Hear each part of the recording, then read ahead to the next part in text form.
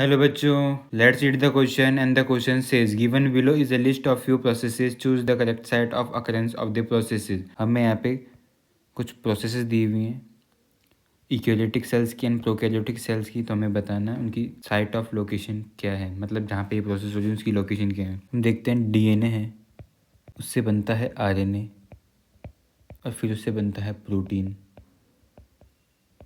तो जो डीएनए से आरएनए बनने की प्रोसेस है उसको हम कहते हैं ट्रांसक्रिप्शन,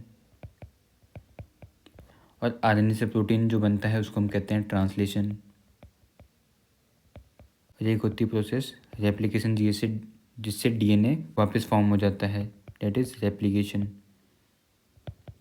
ये जो सारी प्रोसेस होती है डीएनए से प्रोटीन बनने तक की, including transcription, translation and the other process replication, ये होती है साइटोप्लाज्म में फॉर प्रोकैरियोट्स।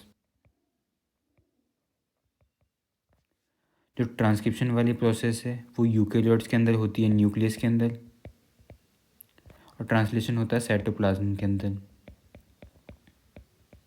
और जो यूकेरियोटिक रेप्लिकेशन होता है वो होता है साइटोप्लाज्म के अंदर। अब हमको प्रोसेस देखनी है। पहली प्रोसेस दी हुई है ट्रांसक्रिप्शन यूकेरियोट्स वाला, तो वो होता है न्यूक्लियस के अंदर। ट्रांसक्रिप्शन प्रोकैरियोटिक का वो होता है साइटोप्लाज्म में। रेप्लिकेशन यूकेरियोटिक का ये होता है न्यूक्लियस के अंदर। ट्रांसलेशन प्रोकैरियोटिक का ये होता है हमारा साइटोप्लाज्म में।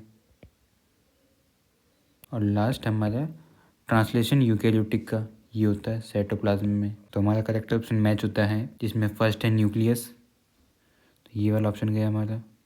सेकंड होना चाहिए साइटोप्लाज्म, थर्ड होना चाहिए nucleus, fourth cytoplasm, fifth cytoplasm. तो हमारा option A is the correct answer to the question. Hope understood it well, all the best.